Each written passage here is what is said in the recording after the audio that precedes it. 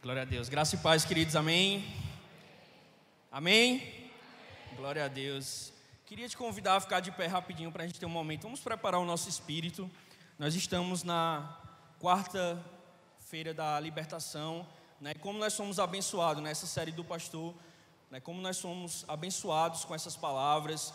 Eu acredito que você sai desse lugar com uma visão totalmente diferente sobre o que é libertação, né? Então, eu mesmo identifiquei várias áreas da minha vida que eu preciso me posicionar para que eu pudesse ser liberto. E eu creio que você também. Então, não vamos fazer esse culto apenas um culto teórico, mas um culto prático, né? Aquilo que a gente ouve, a gente não pode somente ficar no campo teórico, mas no campo prático. Então, eu queria que você criasse expectativa, não em mim, mas em Deus. Eu creio que muitas pessoas aqui, talvez você está preso em algumas áreas que você não está conseguindo romper. E é desejo do Senhor hoje que você rompa. Então, prepare seu espírito, peça para que o Senhor te liberte hoje, né? Quebre seu orgulho, quebre todo o espírito de religiosidade e diga: Senhor, não por Marcos, não por aquele que vai falar hoje, mas pelo Senhor. Como diz lá Zacarias 4:6, não por força, não por violência, mas pelo Espírito. Então feche seus olhos, vamos clamar. Senhor, você não depende do instrumento, você não depende de uma música para te levantar. Então ore no seu lugar. Deus, eu quero colocar, Jesus, essa quarta diante do Senhor. Eu peço, Deus, para que a presença manifesta do Senhor esteja nesse lugar, Jesus. Senhor, seja convidado. Nós te convidamos, Senhor, seja o protagonista desse culto. Nós queremos devolver ao Senhor toda a honra, toda a glória, todo o louvor. Espírito Santo de Deus, nós te convidamos, Senhor, se faça presente nesse lugar. Eu oro pela vida dos meus irmãos, áreas, Deus, que eles estão precisando de um rompimento, áreas, Deus, que estão aprisionando. Nós damos uma ordem, Senhor, contra qualquer tipo de demônio, qualquer tipo de casta que tem aprisionados meus irmãos. Nós oramos, Deus, por um culto poderoso hoje, não por causa de mim, mas pelo teu Espírito, Jesus. Venha nesse lugar, Jesus. Nós damos uma ordem contra toda a religiosidade, tudo aquilo que quer roubar a palavra de Deus, qualquer tipo de distração. Jesus, nós te convidamos nesse lugar, Deus. Se faça presente, Deus. Eu oro, Deus, para que o Senhor pare nesse lugar, Senhor, que a tua palavra seja profunda aqui, Deus. Toque, confronte, marque, Deus, em nome de Jesus, amém? Você pode se sentar no seu lugar. Eu queria te convidar a abrir em Lucas capítulo 3.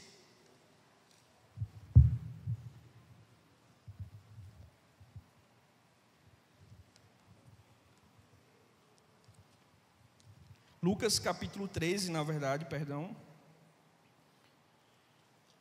O texto não vai estar aí projetado, mas eu queria que você acompanhasse comigo. É um texto curto, mas eu tenho certeza que o Senhor vai falar tremendamente com você.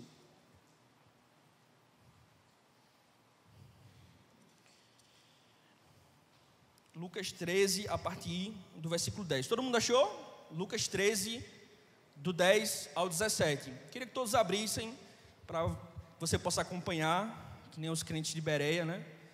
Cadê a sala de Fernando aí? Para que realmente você possa, que essa palavra possa ser vivificada no seu coração. Lucas capítulo 13, a partir do versículo 10, diz assim: certo sábado, Jesus estava ensinando numa das sinagogas, e ali estava uma mulher que tinha um espírito que a mantinha doente havia 18 anos. Diga 18 anos.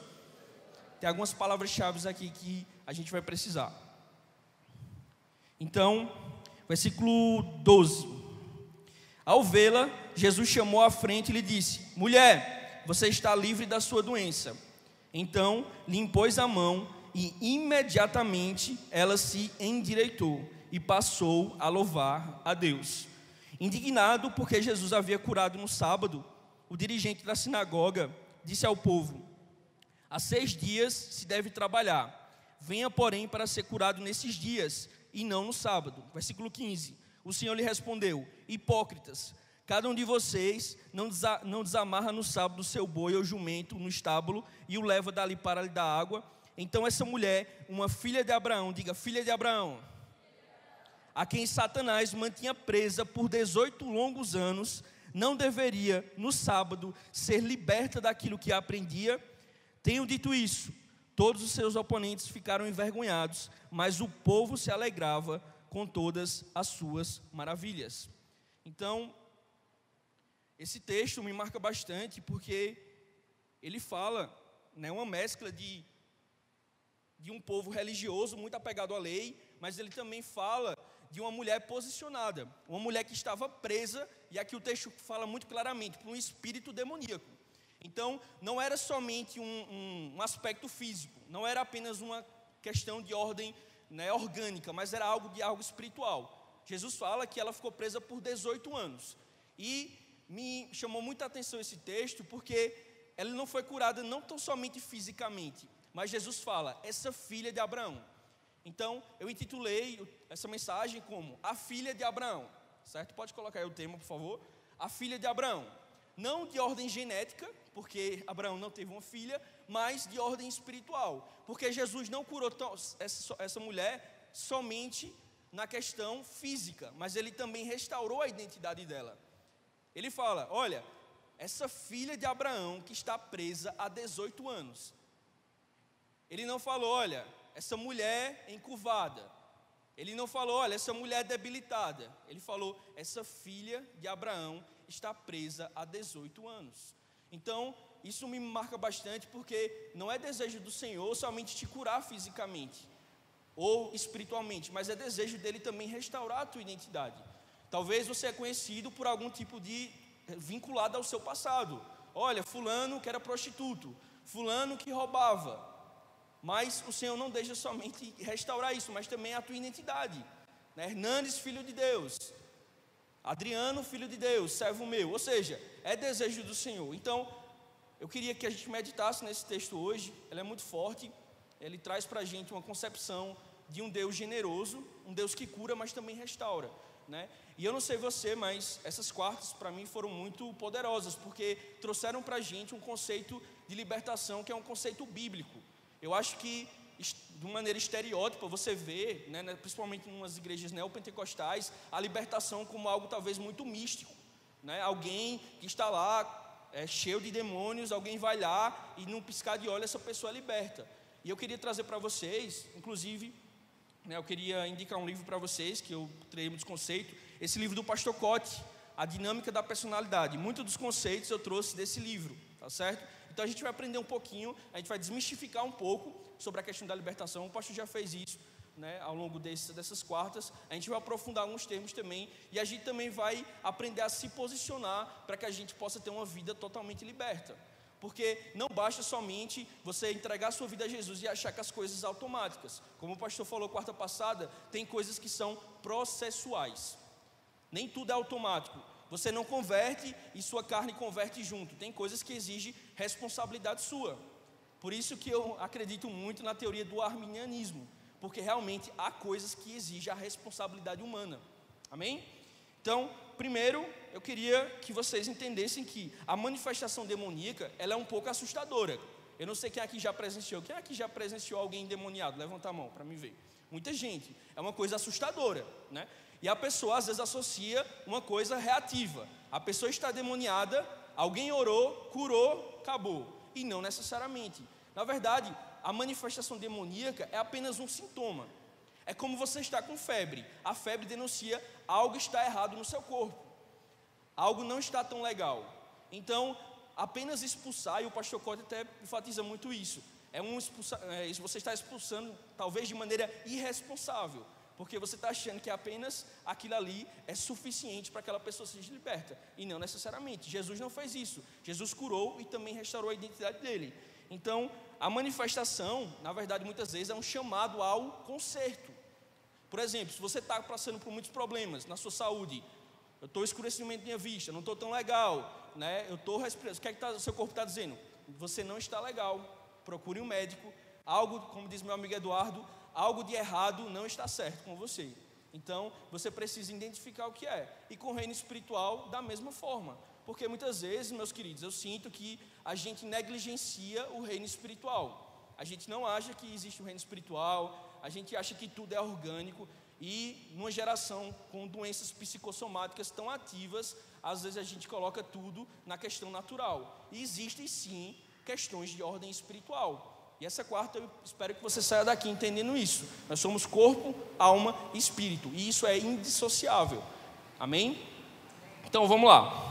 Primeiro ponto que eu queria falar com vocês é: nós precisamos libertar a libertação. Primeiro ponto é isso. Por quê? Porque se você não entender o que é libertação, você não vai ser liberto. Se você não entender o que quer dizer libertação, você não vai ser liberto. E eu sinto muitas vezes que há um certo preconceito, há um certo orgulho, há um certo misticismo sobre o que seria libertação, né? Você, como eu falei anteriormente, está muito associado a algo místico, e não somente, é algo muito mais profundo, né? Eu coloquei aqui, né, que a libertação não é de maneira simplista expulsar demônios, mas lidar com os lixos da nossa alma. Então, abusos, traumas, inimizades geracionais, você precisa entender que você é fruto de muitas coisas. Então, libertação não é tão somente expulsar um demônio, mas lidar com os lixos da sua alma. Cada um aqui tem processos diferentes, tiveram infâncias diferentes, tiveram traumas diferentes, né? E muitas vezes a libertação passa por esse lugar de, cara, eu entendo que eu sou fruto de um processo longo, não tão simplista, né? Então, o Senhor iniciou algumas coisas em mim e eu preciso dar continuidade. Então, Marcos, então por que os demônios se manifestam nas pessoas? Ou por que as pessoas passam por opressões? Ou por que essas coisas acontecem? Vejam, porque o reino espiritual, ele segue uma certa hierarquia. Então, o demônio nunca vai agir em você se você não tiver uma brecha, uma legalidade. O pastor Cody fala no livro de um caso de uma mulher que todo culto basicamente se endemoniava. E o pessoal ia lá, expulsava, e no outro, a mulher estava lá endemoniada. E o pastor teve um culto que ele estava ministrando sobre uma coisa totalmente que não tinha a ver com libertação, e essa moça se endemoniou no culto. E o pastor já ficou todo envergonhado. Pastor, me perdoe, né? Todo culto essa moça faz isso. E o pastor Cody pediu, posso conversar com essa moça? E conversou. E quando ele conversou, ele pôde perceber o quê? Não era somente a questão de expulsar o demônio. Essa moça se abriu, ela relatou um caso de abuso, né, muito extenso na vida dela, que ela nunca tinha falado para ninguém. E naquele processo, ele pôde verbalizar para alguém, e o pastor orou por libertação, e essa moça foi curada. E ela foi liberta de maneira completa e plena. Isso é libertação, amém? Então, nós precisamos entender isso. Então, outra coisa também que a gente precisa aprender aqui hoje é que há na libertação um contraponto, que são estruturas de passividade. O que é uma estrutura de passividade? É quando você já se acostumou com aquilo. Exemplo, você já se acostumou em ser rotulado como alguém que não termina as coisas. Você já se acostumou a ser rotulado como alguém inconstante. Você já se acostumou com o rotulado de alguém que não permanece. Isso é o quê? Estruturas de passividade, coisas que você não consegue romper. Então, a libertação, ela parte de um lugar de que essa área da minha vida era debilitada e hoje ela não é mais. Isso é uma libertação de verdade. Então, nós precisamos romper. E aí você pode identificar estruturas da sua vida de passividade. Eu consigo identificar na minha vida coisas que eu preciso romper, que eu preciso ser liberto. Você não está 100% pleno. Se você tiver 100% pleno, no final a gente ora para que você vá encontrar Jesus, né, e seja totalmente arrebatado, porque há áreas na nossa vida que elas existem essas estruturas. Então, nós precisamos romper com estruturas de passividade. Às vezes o pastor Cody fala isso, que as estruturas de passividade passam a normalizar coisas que não são normais, coisas que são intoleráveis. Por exemplo, vamos pegar um caso aleatório, o marido que bate na esposa. Essa mulher passou por tantos anos preso nisso, que ela começa a normalizar isso. Ela começa a achar que isso é uma coisa totalmente normal. É abuso psicológico, é muita gritaria em casa, e você começa a achar que isso é normal. Ou seja, estruturas de passividade. Então, se você não tomar uma posição, se você não disser, olha, isso aqui não faz parte da minha vida, eu preciso romper nessa área, isso aqui acaba em mim. Não, mas meu pai foi preso nisso, meu avô foi preso nisso. Se você não decidir que isso vai sair da tua vida, vai permanecer. Então, exige uma postura ativa. Você precisa decidir que isso saia da sua vida. A gente visitou há um tempo atrás um rapaz que ele tinha tentado se matar, e a gente conversando com ele começou a dizer para a gente, olha, isso é geracional da nossa família, né? Meu avô se matou, outras pessoas também já tentaram, então é uma coisa que a gente trata de maneira normal. E nós conversamos com ele, olha, isso não é normal, você não pode admitir isso na sua vida, não é desejo do Senhor que isso aconteça, e você precisa se posicionar. E glória a Deus, né, alguns meses depois nós temos observado o crescimento desse rapaz. Ou seja, ele rompeu com a estrutura de passividade na vida dele e ele começou a andar em vitória.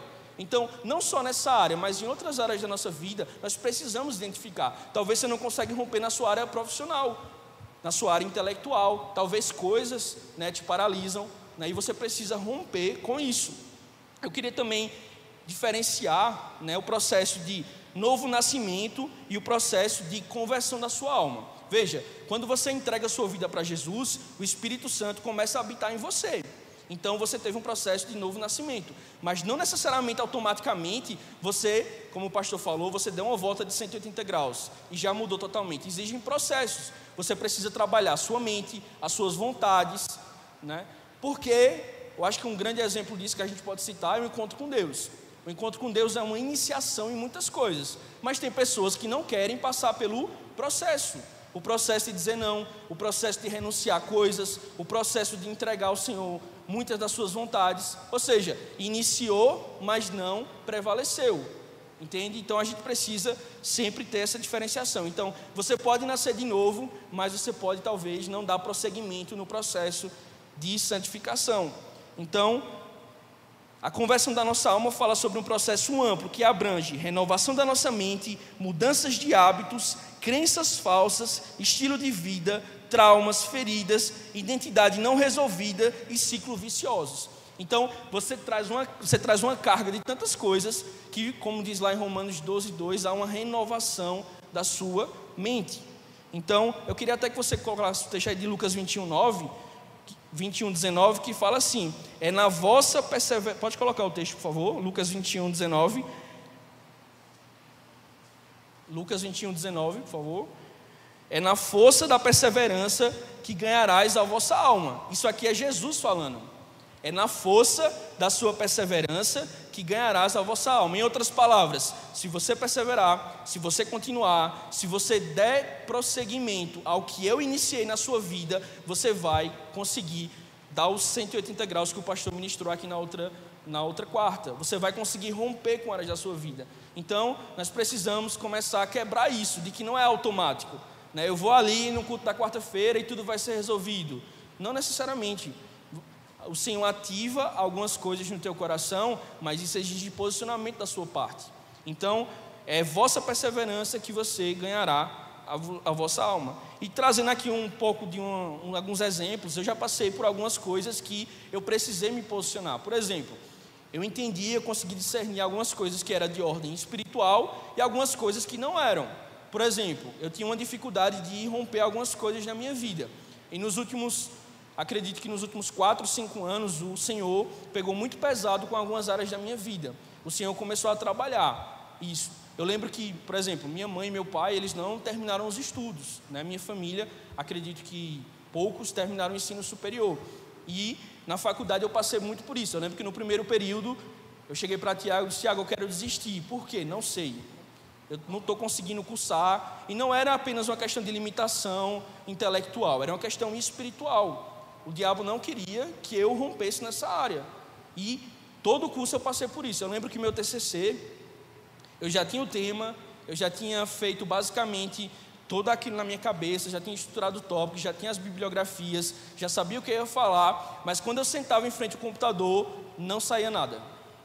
Dava uma coisa em mim, vinham os pensamentos que eu não ia conseguir, vinham crenças limitantes, vinham opressões. Isso era coisa de ordem espiritual, não era de ordem intelectual, não era algo estritamente físico, era algo de ordem espiritual. E eu sofri bastante. Eu lembro que em janeiro eu ia defender meu TCC em março, e eu estava com muitas limitações. Meu orientador disse: cara, será que vai dar tempo de tu terminar? E eu comecei a travar, mas eu decidi, eu vou romper com isso na minha vida, eu vou concluir isso.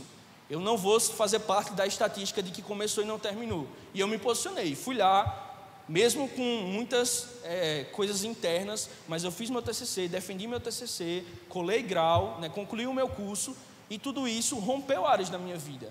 Então, é necessário, meus queridos, a gente entender que muitas coisas fazem parte do nosso posicionamento. Eu vejo muitas vezes alguns adolescentes que, por falta de referência, acham que muitas coisas não são possíveis. né? Por exemplo, a questão da masturbação. É normal que todo adolescente seja preso na pornografia e preso na masturbação. Quem foi que disse isso? Não é normal, não. Não tem nada de normal isso. São coisas que aprisionam, são coisas que levam para a fase adulta de maneira muito trágica. E cerca de um ano atrás eu desafiei um adolescente do nosso setor e disse: olha, meu querido, isso aí não é normal e eu quero te desafiar a ser uma referência na sua geração. Eu quero, porque muitas vezes eles falam entre si, né? Tu caiu, eu também caí. Aí fica um, né, se ajudando com o outro, entre aspas, né? É como se fosse um consolo. Mas eu falei para ele: imagina que tu chega para ele e diz: olha, tem um ano que eu não caio. Você vai ser referência e você vai desafiar. E glória a Deus, eu tenho visto, né, muitos vencendo, muitos rompendo nisso. Por quê? Porque é necessário que haja referência no nosso meio. É necessário que Deus levante pessoas santas, pessoas que vão se posicionar. Então, como eu falei, né, o espírito de passividade, essa estrutura de passividade quer normalizar o que não é normal, quer tolerar o que é intolerável. Então, nós não podemos admitir isso, nós precisamos se posicionar. Então, isso exige realmente um processo, realmente de Deus, eu quero algo novo na minha vida, eu preciso curar isso, eu preciso reestruturar isso na minha vida, né, eu quero ser liberto, né, parte desse lugar de si. O pastor Cota até fala no livro, é como se fosse um soldado com armaduras, né, que essas armaduras, elas impedem o processo de cura no Senhor, e a gente precisa se desarmar nisso, né? É desejo do Senhor que nós possamos ser referência, que nós possamos mostrar suas cicatrizes para as outras pessoas. Tem um rapaz lá no meu trabalho mesmo, que ele, se pudesse, ele matava o pai dele, ele odeia o pai dele, e eu comecei até de maneira meio brincando com ele, tentar quebrar isso. Eu disse: aí cara, como é que vai teu pai? Ele: não fala nesse assunto. Ele fala de todos os assuntos possíveis, menos do pai dele. E eu comecei a trabalhar isso com ele, né, brincando, tirando onda, né, comecei a entrar, mas como é que foi? E esses dias ele se abriu comigo. Ele disse: olha, Marcos, aconteceu isso, isso e isso, meu pai bateu na minha mãe, eu queria matar ele, né, eu ainda quero matar ele. Quando eu vejo na rua, eu tiro o foco. Quando eu vejo ele assim, às vezes eu tenho um sentimento ruim, né, eu comecei a aconselhar ele: cara, libera, velho, né, libere perdão, né, conserte com seu pai. E Deus está começando a fazer um processo na vida dele. Ou seja, algo que eu vivi, eu estou conseguindo passar para as outras pessoas. Então, é desejo do Senhor que você rompa essas áreas para que você consiga ser não somente alguém que foi curado, mas também curar outras pessoas. Você mostrar a sua cicatriz: olha, isso aqui era uma ferida que o Senhor curou e agora eu estou usando como cicatriz para curar outras pessoas. Amém? Glória a Deus. Então, o primeiro ponto, pode colocar de novo aí para a gente não esquecer, nós precisamos libertar a libertação. Então, saia desse lugar entendendo que libertação não é um processo simplista, não é algo do dia para a noite, não é algo que talvez vai ser tão rápido, é algo processual, algo que exige etapas, algo que você vai precisar se posicionar, algo que você vai precisar orar, algo que você vai precisar alinhar, corpo, alma e espírito. Você vai precisar talvez fazer terapia, você vai precisar cuidar do seu corpo, você vai precisar de um curso de libertação, você vai precisar orar, você vai precisar se posicionar. Ou seja, é algo que é mais amplo, não é algo tão simplista. Amém? Segundo ponto que eu queria falar com vocês é que, ainda no primeiro ponto eu só queria falar que é necessário a gente criar uma reeducação. Ou seja, aprender a desaprender. Como eu falei, tem coisas que você normalizou, então você vai precisar desaprender essas coisas, né, em todas as áreas. Então você precisa passar por um processo de um coração ensinável, disponível e acessar esse lugar de perseverar em Deus. Então, para a gente aprender, muitas vezes a gente precisa desaprender. São coisas que estão tão enraigadas no teu coração, que estão tão fortes, que talvez, né, você precisa... Cara, eu preciso tirar minhas armaduras, eu vou precisar sentar para ouvir, eu vou precisar ver um contraponto. Tudo isso faz com que você comece a passar por um processo de ensinamento. Esses dias eu estava na terapia, a psicóloga me disse uma coisa que entrou uma caixinha na minha cabeça, né? Ela me perguntou: Marcos, você está questionando sua rotina, que é muito difícil, que você às vezes não tem tanto tempo para tantas coisas... Mas eu queria te fazer uma pergunta, baseado no que você me falou, baseado, né, na sua história de vida. Você é mais feliz na sua adolescência ou agora? E ali bateu uma mini crise existencial, porque eu fiz bateu um recap, né, uma retrospectiva. Caramba, minha adolescência foi difícil, eu sofri bastante, né? Fui muito rejeitado, né?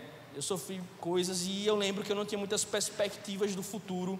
E hoje eu estou vivendo muitas das coisas que eu orei e eu estou reclamando disso. E na hora o Espírito Santo falou comigo: seja grato, exerça gratidão, comece a verbalizar coisas boas, comece a agradecer pelo seu emprego, comece a agradecer pelo ministério que o Senhor te deu, comece a agradecer pelas pessoas que o Senhor te colocou ao teu redor, comece a agradecer pelos processos que Ele te deu, comece a agradecer pelos nãos que Ele te deu, pelas portas que Ele fechou, por decisões imaturas que Ele não deixou você tomar. Então isso abre uma visão mais macro de que o Senhor, Ele está à nossa frente e Ele sabe o dia de amanhã. Então nós precisamos criar essa maturidade, amém? Segundo ponto que eu queria falar com vocês é que muitas vezes é necessário ferir para curar. O segundo ponto é isso. Por que é necessário ferir para curar? Porque tem coisas que estão tão escondidinhas aí que você não quer falar, como esse exemplo que eu citei desse meu colega de trabalho, que você nunca vai conseguir passar por um processo de libertação genuíno, por um processo de cura genuíno, se você não se permitir ferir. E o que é uma ferida? Por exemplo, se você tem uma queda de bicicleta, por exemplo, você tem um corte superficial. Então esse corte, você bota lá um metiolate, naturalmente ele vai ser curado. Por quê? Porque é uma ferida superficial. Agora, se as artérias do seu coração não estão tão legais, se você vai precisar fazer uma cirurgia invasiva, vai precisar abrir coisas, correto? Então vai precisar com que você abra, faça um corte maior, para que você possa ser curado e não vir a falecer. Ou seja, muitas feridas, elas são necessárias para que você seja curado. Então é necessário às vezes uma ferida menor, para que você possa ser curado de uma ferida maior. Então é necessário que você comece a entender isso. Eu vou precisar tocar em assuntos que não são tão legais. Tiago, meu discipulador, tinha falado: olha, Marcos, o início da terapia não é tão legal. Às vezes eu saía muito mal, às vezes eu saía tão assim, complicado. Por quê? Porque mexe coisas que você não quer mexer. São perguntas invasivas, são perguntas que mexem com rejeições, com traumas, com reviver muitas coisas. Então ele me alertou isso e na hora eu disse: conversa, é conversa. E aí eu lembro que eu saí algumas vezes muito mal, assim: caramba, bicho, tá triste por quê? Não sei. Ou seja, era uma ferida superficial, mas com o objetivo de quê? De curar uma ferida maior, reviver coisas, ressignificar. O que é ressignificar? É eu trazer valor a uma coisa que era ruim e eu trago um sentimento diferente, um sentimento de, talvez, de superação. Isso é ressignificar. Então, muitas vezes é necessário a gente fazer isso, fazer um processo de cura, uma ferida, para que a gente possa ter uma ferida curada em Deus. E não é fácil, não vou dizer que é um processo tranquilo. Como eu falei, então coisas que são processuais, demora tempo, né? Talvez você não consiga hoje perdoar o seu pai, mas você consegue iniciar um processo de cura, de perdão, pequenas coisas, pequenas atitudes práticas. Eu lembro que em 2022, o Senhor me desafiou a perdoar o meu pai. E no meu coração eu tinha dito: eu já perdoei o meu pai, está tudo certo, vida que segue. Mas o Senhor me revelou um sentimento de indiferença, que é pior do que ódio. Indiferença é ódio congelado. E um dia o Senhor me perguntou: Marcos, se seu pai morrer, qual o sentimento que você vai ter? E na hora foi nada. Não vinha qualquer tipo de sentimento, não vinha qualquer lágrima, não vinha nada. Vinha um sentimento de não vou sentir nada. E aquilo alertou: isso não está bem resolvido na minha vida. E em 2022 o Senhor me levou a fazer uma coisa. No dia do aniversário dele, o Senhor me disse: olha, você vai comprar um presente para ele. Apesar de você nunca ter ganhado um presente, mas você vai dar um presente. Apesar de você nunca ter recebido um feliz aniversário, mas você vai dar um feliz aniversário para ele. Então, aquilo que você não recebeu, você vai dar, não por seu mérito, mas por mim, porque eu te capacito para isso. E eu lembro que eu cheguei na loja para comprar. Eu comprei uma camisa social, comprei um cinto, comprei uma carteira, embrulhei. Eu lembro que eu fiquei lá na loja assim, meio tipo: certo, e agora? E a moça: moço, está tudo bem com você? Eu disse: não, tá tudo certo. Bateu: caramba, será que eu vou ou não vou? E eu lembro que eu liguei para ele e disse: olha, se ele me atender é porque é para mim. E aí eu liguei para ele, na hora ele atendeu. Eu disse: e aí, pai, tudo bom? Você está em casa? Ele: tô afim, já chega aí. Eu fui lá, dei um abraço nele, dei um presente. Hernandes conhece ele, né, Hernandes? Dei um abraço nele, disse que amava ele, tirei uma foto com ele, postei no Instagram. E isso foi libertador para mim. E depois dessa data, eu lembro que ele postou em todos os grupos que ele postou lá no Instagram, ele ficou bem feliz. Por quê? Porque era algo que ele não esperava, era algo que ele não se imaginava. Por quê? Porque de uma maneira natural, né, ele não esperava porque ele não fez. Então era aceitável que eu fosse um filho que não desse atenção, que não quisesse estar com ele. E a partir dessa data eu consegui romper em várias áreas da minha vida. Então não era só o perdão do meu pai, mas era um processo que eu precisava cavar, eu precisava resolver para que outras áreas da minha vida começassem a se desenvolver. Então aquilo foi libertador para mim e foi libertador para ele também. Porque alguém que não foi um bom pai, ele também sofre também. Você acha que seu pai talvez errou com você, mas você acha talvez que ele não pensa, caramba, eu falei com meu filho. Você acha também que isso não passa pela cabeça dele? Então, isso foi libertador. Eu queria te desafiar também. Eu sei que o Espírito Santo está falando com algumas pessoas aqui. Eu sei que o Senhor está falando com algumas áreas. Talvez não é essa área de paternidade, mas talvez é outras áreas que está travada na tua vida. Que você admitiu a mentira do diabo, da estrutura da passividade. Eu sei que você pode sair e deve sair dessa noite com um olhar de, cara, eu vou fazer isso de maneira ativa, eu vou romper com essa área da minha vida. Isso exige cavar, isso exige ir lá no fundo, isso exige liberar perdão, né? A gente vai falar algumas áreas sobre isso mais à frente. Outra coisa também que é interessante é que muitas vezes, pessoal, a gente coloca muita culpa no diabo, né? Tudo é o diabo. Mas veja, a Bíblia só fala, salvo engano, os pastores possam me corrigir, mas só atribui ao diabo a mentira, que ele é pai da mentira.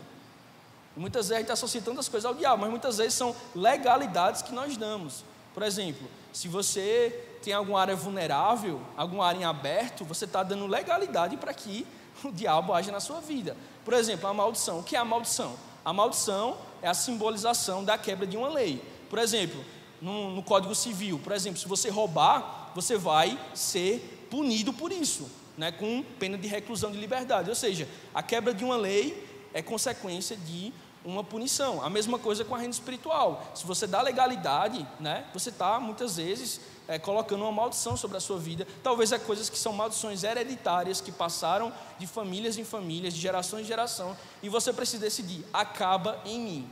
Talvez, eu já vi uma pessoa falando, olha, minha família toda tem histórico de divórcio, né? Meu avô divorciou, meu pai divorciou, e eu tenho medo de casar. Mas veja, isso vai de encontro, na verdade, a Bíblia não deseja que isso aconteça na sua vida. Então, se você decidir, olha, eu vou ter um casamento bem sucedido, a gente não vai falar de divórcio em casa, a gente não vai pensar nisso, nós vamos decidir casar. Veja, você está quebrando algo que era geracional, certo? Então, saia daqui também com esse conceito. Maldição não é do diabo, é uma consequência, muitas vezes, de quebra da lei, que você precisa decidir quebrar. Então, por toda ferida há crenças falsas, fortalezas, sofismas. A ideia do diabo é fragmentar e o sangue de Jesus propõe reconciliar. A libertação parte de um pressuposto de unidade. E o diabo muitas vezes quer fragmentar, quer dividir, quer que você fique com barreiras. Olha, você é crente, mas tudo bem você cair na pornografia. Você é crente, mas tudo bem você sair com seus amigos e tomar uma cervejinha no final de semana. Você é crente, mas está tudo certo, né? Você ter algumas linguagens diferentes. Veja, isso é uma ideia do diabo. Ele quer fragmentar, dividir, trazer coisas que não são o desejo do Senhor para a sua vida. Então, a ideia, o sangue de Jesus, né, como a gente estava aqui na ceia domingo, traz uma ideia de unidade, traz uma ideia de sermos um, de ninguém ter nada o que falar. Como o pastor falou semana passada, é você ir lá no seu trabalho e alguém dizer, olha, contra essa pessoa eu não tenho nada que falar. É você ir na sua casa e seus familiares dizer a mesma coisa. Isso é unidade, né? Então a gente precisa também ter esse entendimento. Então, outra coisa que eu queria falar é que até quando eu estava escrevendo essa mensagem, o Espírito Santo me corrigiu, porque eu estava indo muito numa linha apenas da área da psicologia e tal, e o Senhor me corrigiu, olha, Marcos, não é só por aí, tem coisas que eles são indissociáveis. O pastor Cote fala da lei do reflexo. O que é a lei do reflexo? Nós somos corpo, alma e espírito, e isso é indissociável, ou seja, ela não é dividido. Uma coisa pode influenciar a outra. Experimenta fazer seu devocional depois de um rodízio de churrasco. Experimenta fazer o seu devocional depois de um dia de jejum. Tenho certeza que vai ser muito diferente. Não pelo seu sacrifício só, mas porque você está alinhado, o seu corpo e a sua alma e o seu espírito. Então, tem coisas que são de ordem apenas orgânica, ou seja, nós temos tipos de depressão que são orgânicas, tem a ver com a sua alimentação, tem a ver com seus hormônios, né? Tem a ver com o estresse que você passa, coisas que viraram crônicas, mas tem coisas também de ordem espiritual. E nós como igreja, nós não podemos desassociar isso. Nós precisamos ter entendimento e discernimento de entender o que é espiritual, o que é orgânico e o que é os dois. Porque muitas vezes o diabo usa situações para desenvolver doenças na gente. É uma alimentação compulsiva que você tem, né? São fugas que você dá, excesso de tela, né? Falta de alguma coisa que vá liberar o seu estresse. Isso vai desenvolver o quê em você? Uma doença psicossomática, algo que vai virar orgânico. E tem muitas coisas que são espirituais mesmo. E a gente não pode, com medo, muitas vezes, de isso é uma coisa talvez que não vai cair legal. Mas a gente vê aqui uma moça, no texto que a gente leu, uma mulher que estava 18 anos presa, e a palavra fala que era por um espírito demoníaco. Não era apenas uma doença física, não era apenas uma comorbidade, não era algo apenas de ordem natural, era algo de ordem espiritual. E Jesus restaura ela, cura ela, restaura a identidade dela. Ou seja, não era apenas uma cura física, era algo que ela deu brecha, obviamente, mas era algo também de ordem espiritual. Então, meus queridos, a gente não pode também negligenciar, porque a gente vive uma sociedade às vezes muito realista, muito artigo científico para cá. É importante isso, é importante nós estudarmos, mas é mais importante ainda nós nos conhecermos e saber discernir o que é espiritual, o que é natural, o que é os dois, né, para que a gente possa ter uma ação mais assertiva. Por exemplo, tem um rapaz que me disse: Marcos, eu não consigo vencer a pornografia e a masturbação. Certo, vamos lá. Como é a tua rotina? Ele disse: Marcos, eu não consigo dormir, eu fico a madrugada toda. Opa, você já deu uma brecha. Você, às vezes, você acessa páginas que vão te levar a isso. Você segue pessoas que falam sobre isso. Ou seja, você está dando legalidade para o diabo te agir, para o diabo agir na sua vida. Então, veja que há também uma responsabilidade humana. Agora, se você se posicionar: olha, eu vou ficar sem internet um tempo, eu vou me consagrar, eu vou fazer um retiro, eu vou fazer um esporte, eu vou começar a correr, eu vou começar a repreender, quando vier sentimento eu vou verbalizar. Eu lembro que na minha adolescência teve uma mensagem do pastor Lucinho que me marcou muito, né? Ele falou o seguinte: uma vez ele era muito preso na pornografia e ele teve um entendimento, um discernimento espiritual, que era uma guerra espiritual. E ele estava na sala da casa dele sozinho, e começou a ver aquele sentimento para ele ir se masturbar e assistir pornografia. E ele começou a verbalizar, ele começou a dialogar com o diabo. Ele começou a dizer: não, hoje não, estou legal hoje não quero não, hoje não. Segundo dia ele começou a fazer isso também: não quero não. Ou seja, ele começou a entender que aquela voz não era dele, aquilo era uma opressão demoníaca. Ele começou a dar uma negativa sobre isso. Isso começou a que ele fosse crescendo, rompendo e vencesse essa área.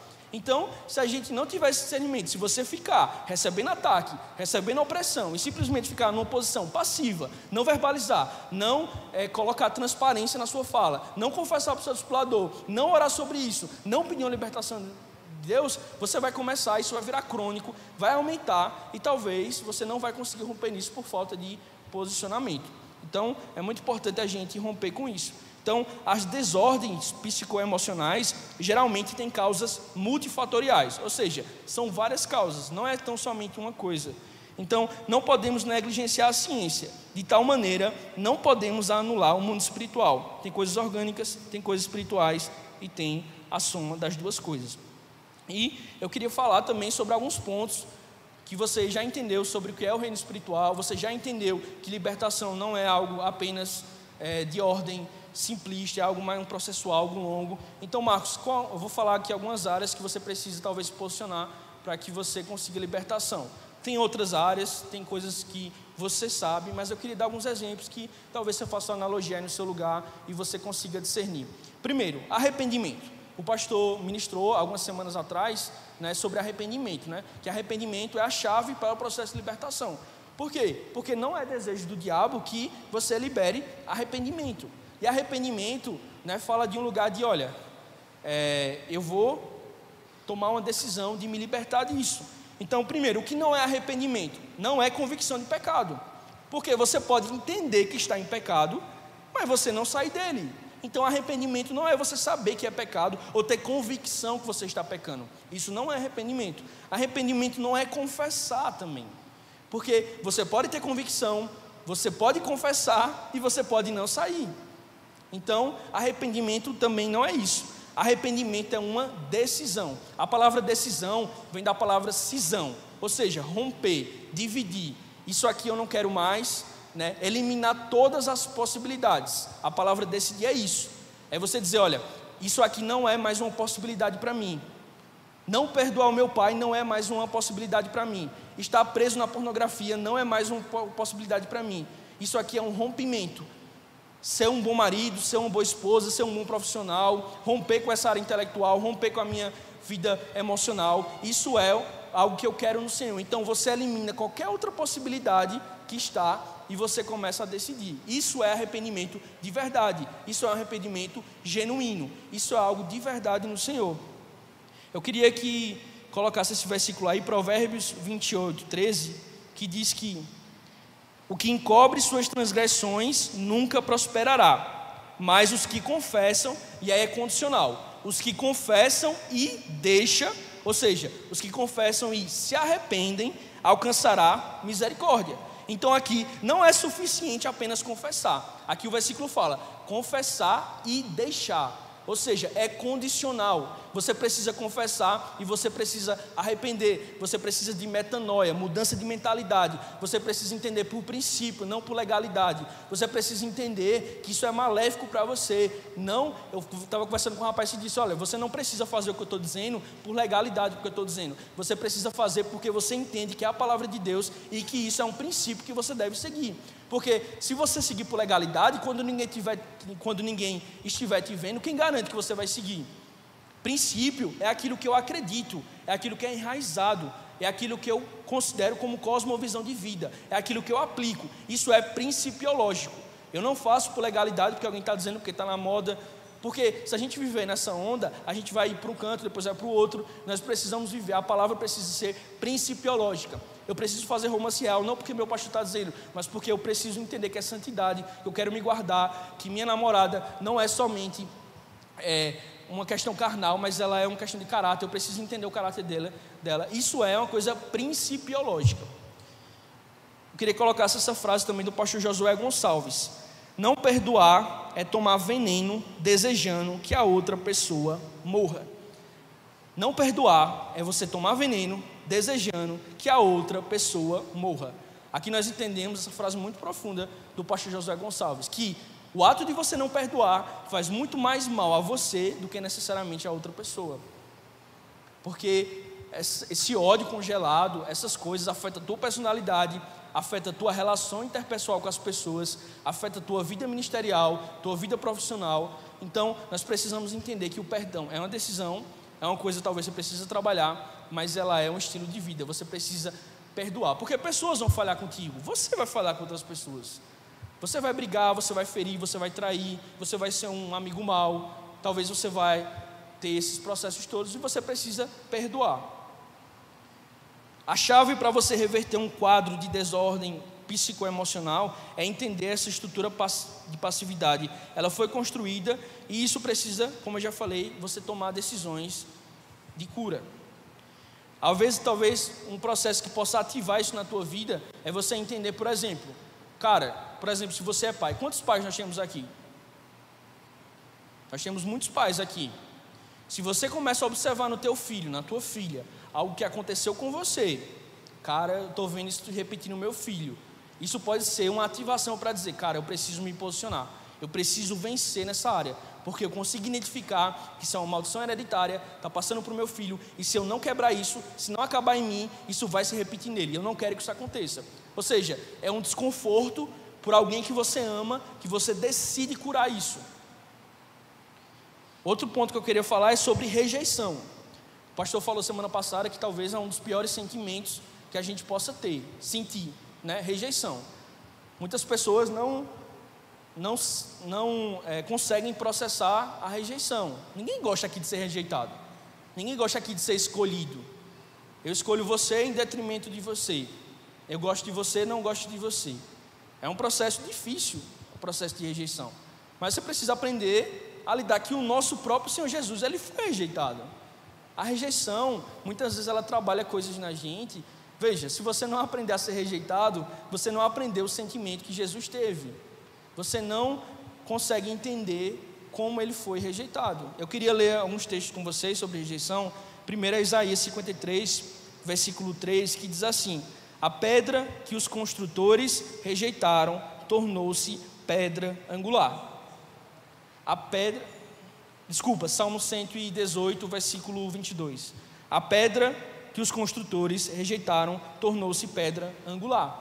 Ou seja, aquela pedra que ninguém dava nada, que os construtores rejeitaram, virou pedra angular. Pedra angular na construção civil é aquela pedra que serve de basilar, é uma pedra principal, é a pedra em que toda a construção vai ser basilada por ela. Ou seja, muitas de vocês aqui, eu sou uma prova disso, talvez você foi rejeitado, mas quis o Senhor que a pedra rejeitada se tornasse uma pedra angular, uma pedra relevante, uma pedra que fosse realmente de suma importância. Outro texto, Isaías 53, versículo 3. Ele foi desprezado e rejeitado pelos homens, um homem de tristeza e familiarizado com o sofrimento, como alguém de quem os homens escondem o rosto. Foi desprezado e nós não tínhamos como estima. Esse texto também, pode colocar por favor, Isaías 53, versículo 3. Fala sobre como Jesus, ele foi rejeitado, né? Como ele foi também desprezado. Então, quando você orar, quando você se sentir rejeitado, você pode orar para uma pessoa que sabe o que é sentir isso. Você pode dizer: Senhor, o Senhor foi rejeitado, o Senhor sabe esse sentimento, e eu quero orar para o Senhor. Deus, me cure disso, não faça que isso me torne alguém pior. Então, a gente precisa sempre ter esse entendimento. Eu queria também colocar essa frase aí do pastor Cote. Pode colocar, por favor, essa frase. Ninguém é estabelecido em posições principais se não aprender a superar rejeições. Ninguém é estabelecido em posições principais se não aprender a superar as rejeições. As rejeições, eles vão te moldar, eles vão te lapidar, eles vão te fazer colocar em um lugar de serviço. Eles vão te fazer te colocar num lugar alto. A rejeição faz parte do processo. Todo o processo de crescimento exige que você seja esmagado, que você seja, muitas vezes, incompreendido. Talvez você não entenda algumas coisas que aconteceram na tua vida, como eu não entendi. Talvez alguns processos você ainda não conseguiu entender, mas entenda, isso faz parte de um processo de crescimento na tua vida. Também queria falar sobre vida espiritual constante. É necessário que você estabeleça uma vida espiritual constante. Assim como você está na academia, se você não for todos os dias, você não vai conseguir crescer. Qualquer coisa na sua vida que não houver constância, você não vai conseguir romper. E o espírito precisa estar fortalecido. Nós somos corpo, alma e espírito. Então, essas três coisas precisam estar bem associadas. Então, a gente precisa estabelecer, como a pastora sempre fala aqui, faça seu devocional. É o arroz com feijão que dá certo, não tem segredo mágico. É você ler sua Bíblia, é você orar e você jejuar. Não são 12 chaves para alcançar, ou 13 chaves. É o básico que dá certo. O pastor também ministrou há algum tempo que a gente vai ficar surpreso com algumas patentes espirituais que a gente vai ver no céu. Talvez a gente não veja tantas pessoas famosas lá. Talvez a gente não veja tantas pessoas que no mundo eram muito relevantes. Mas a gente vai ver muitas irmãzinhas do coque lá, muitas irmãzinhas da oração, muitas irmãzinhas que ninguém via. Eu li no livro dos mártires uma prisioneira que foi presa por causa de Cristo, que ela sobreviveu 20 anos com uma página de Atos 20. Uma página de Atos 20, essa mulher conseguiu manter constância no seu devocional. E muitas vezes nós somos presos pela nossa liberdade. Nós estamos tão fácil, é tão acessível, que a gente escolhe não fazer. Eu também queria encerrar falando sobre família, porque eu acho que esse tema de libertação, ele perpassa muito por uma questão familiar. Não à toa que o diabo atinge tanto a questão das famílias, dos casamentos, das estruturas familiares, porque nós entendemos que a família é algo que é principal, que o Senhor colocou para nós estabelecermos. Tanto que lá em Gênesis, quando Deus faz o homem e a mulher, Ele diz: façamos o homem à nossa imagem e semelhança, e a mulher os criou. Ou seja, homem e mulher os criou. Então, era desejo do Senhor que, desde ali, o homem e a mulher fosse a semelhança dele, a semelhança do Pai, do Filho e do Espírito. Então, tanto isso que a gente vê, tanto o ataque na família, tanto o ataque nos princípios, tanto o ataque, né, em todos os princípios e basilares que norteiam a palavra de Deus, porque o diabo quer atingir a cultura, o diabo quer atingir as artes, ele quer atingir o entretenimento, ele quer atingir as estruturas universitárias, porque ele quer deturpar o que o Senhor fala sobre família. E nós precisamos ser muito fortes, porque os próximos anos serão difíceis, as próximas décadas serão difíceis. O nível de perseguição vai aumentar, como já é difícil. Então, nós precisamos ter muito convicto. Por isso que eu falei, você precisa acreditar por princípio, não por legalidade. Você precisa ter muito enraizado no seu coração que esse livro é o norte da sua vida. E não o que as pessoas dizem, o não que as novas igrejas, as pseudos igrejas dizem, mas o que a palavra diz. E eu queria finalizar essa mensagem. O pastor falou aqui na intercessão sobre um homem de Deus, né, o Robert Marx. Ele foi fundador da cultura do reino. Acredito que um dos primeiros movimentos na internet que alcançou jovens, adolescentes. Esse homem foi muito usado por Deus. No ano de 2008 ele criou a cultura e ele veio a falecer esses dias, vítima de câncer. E uma das últimas pregações que esse homem fez publicamente, né, depois que ele descobriu o câncer, ele falou sobre o poder da família, ele falou sobre o poder que há nos nossos posicionamentos.